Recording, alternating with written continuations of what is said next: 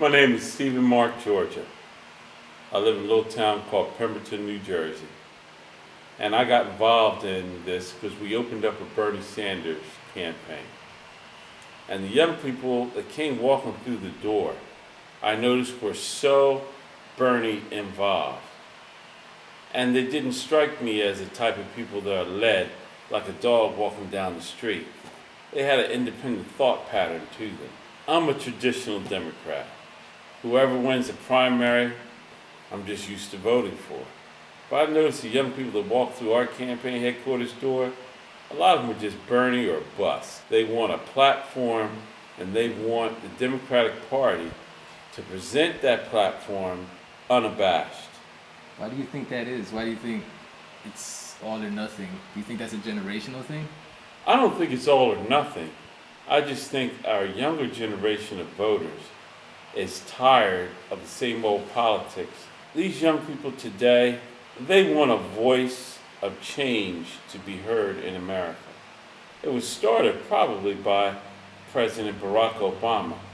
People today, young and older people like myself, that have kids that are going to grow up, I want my kids to be given that chance, and I want my grandkids to be given a fair chance in America. We have to reform the way elections are done in America. My father was a war veteran, and it's a slap in his face that we're losing so many votes in America.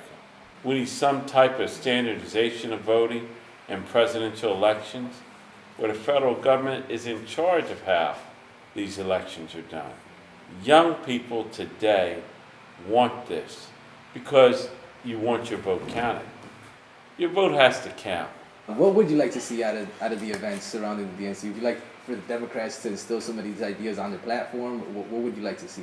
$1 billion will be spent before it's all over in the Democratic Party.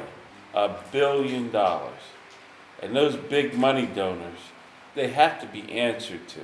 And that's what's happening in our politics. We send people out to fight wars for other people's freedom, for other people's right to vote.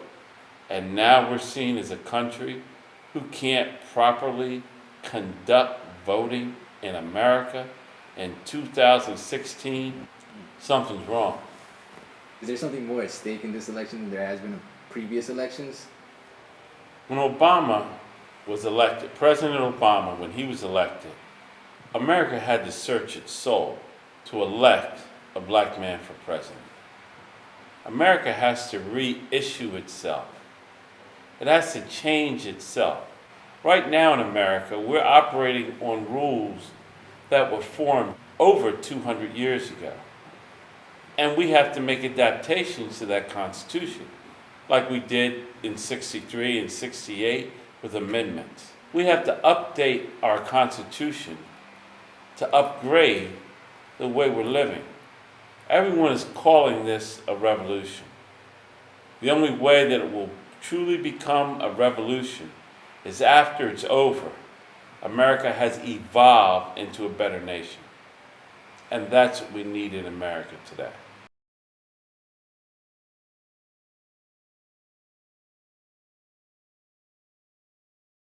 I spoke to a young lady, Yane Indigo, and I said to her, if we don't vote for Hillary, just think of how many people will die alone just from dismantling Obamacare.